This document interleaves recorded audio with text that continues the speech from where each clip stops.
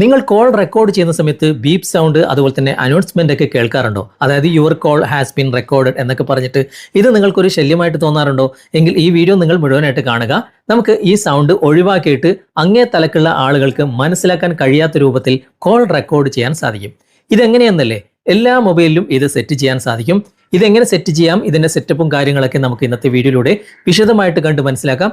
ഇതുപോലുള്ള ടെക്നോളജി പരമായിട്ടുള്ള വീഡിയോകൾ ദിവസവും നിങ്ങൾക്ക് ലഭിക്കാൻ ഞങ്ങളുടെ ചാനൽ ഫോളോ ചെയ്യാൻ മറക്കരുത്. നമുക്ക് പെട്ടെന്ന് തന്നെ വീഡിയോയിലേക്ക് പോകാം. ഇതിനായിട്ട് നമുക്ക് ചെറിയൊരു ആപ്ലിക്കേഷൻ ഇൻസ്റ്റാൾ ചെയ്ത് ഉപയോഗിക്കേണ്ടതായിട്ടുണ്ട്. നിങ്ങൾ ഫേസ്ബുക്കിലാണ് ഈ വീഡിയോ കാണുന്നെങ്കിൽ കമന്റ് ബോക്സിൽ ഇതിന്റെ ഡയറക്റ്റ് ലിങ്ക് കൊടുത്തിട്ടുണ്ട്. അതിൽ ക്ലിക്ക് ചെയ്ത് കഴിഞ്ഞാൽ ഞങ്ങളുടെ സൈറ്റിലേക്ക് എത്തിച്ചേരാൻ സാധിക്കും. അവിടെ കുറച്ച് താഴേക്ക് വന്നു കഴിഞ്ഞാൽ ക്ലിക്ക് ഹിയർ എന്ന് ഇംഗ്ലീഷിൽ എഴുതിയിട്ടുണ്ട്.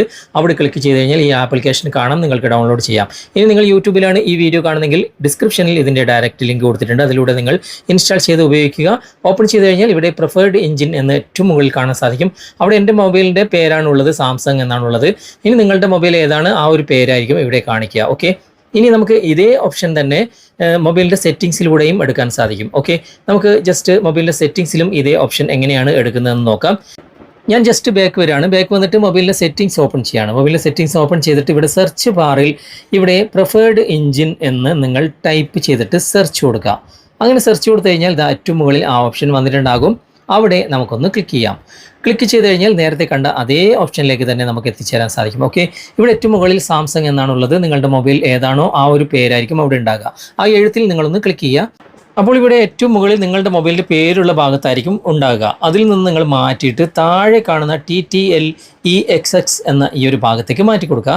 എന്നിട്ട് നിങ്ങൾ ഓക്കെ കൊടുക്കുക. ഓക്കെ, അത്രയും കാര്യങ്ങൾ നിങ്ങൾ ഇവിടെ ചെയ്യുക. ഇപ്പോൾ ഏറ്റവും താഴെയുള്ള ആ ഒരു ഭാഗം സെലക്റ്റഡ് ആയിട്ടുണ്ട്. ജസ്റ്റ് ഒന്ന് ബാക്ക് വരാം.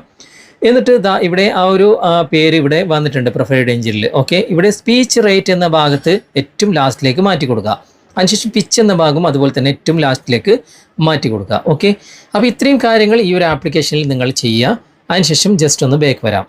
ബാക്ക് വന്നിട്ട് നമ്മൾ സാധാരണ കോൾ ചെയ്യുന്ന ആ ഒരു ഐക്കൺ ഉണ്ടല്ലോ, ഇവിടെ ആ ഒരു ഫോണിൻ്റെ ചിത്രമുള്ള ആ ഒരു ഐക്കൺ, അവിടെ ലോങ് പ്രസ് ചെയ്യുക. പ്രസ് ചെയ്ത് പിടിക്കുക. അപ്പോൾ ഐ ബട്ടൺ അല്ലെങ്കിൽ ആപ്പ് ഇൻഫോ കാണാം, അവിടെ ക്ലിക്ക് ചെയ്യുക. എന്നിട്ട് ഇവിടെ ഫോഴ്സ് സ്റ്റോപ്പ് കൊടുക്കുക.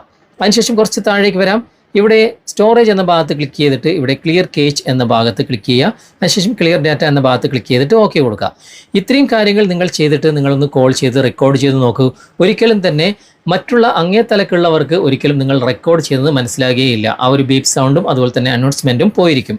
ഓക്കെ, നിങ്ങൾ ട്രൈ ചെയ്ത് നോക്കൂ. എന്നിട്ട് നിങ്ങളുടെ അഭിപ്രായം തീർച്ചയായിട്ടും കമൻറ്റിൽ അറിയിക്കാൻ മറക്കരുത്. വീഡിയോ ഇഷ്ടമായിട്ടുണ്ടെങ്കിൽ നിങ്ങളുടെ കൂട്ടുകാർക്ക് ഷെയർ ചെയ്ത് കൊടുക്കാനും മറക്കരുത്. ഓക്കെ, അപ്പോൾ ഇന്നത്തെ വീഡിയോ നിങ്ങൾക്ക് ഉപകാരപ്രദമായെങ്കിൽ നിങ്ങളുടെ കൂട്ടുകാരിലേക്കും വീഡിയോ ഷെയർ ചെയ്തെത്തിക്കുക. അതുപോലെ തന്നെ വീഡിയോ കുറിച്ചുള്ള അഭിപ്രായങ്ങളും നിർദ്ദേശങ്ങളും നിങ്ങൾ കമൻറ്റായി രേഖപ്പെടുത്തുക.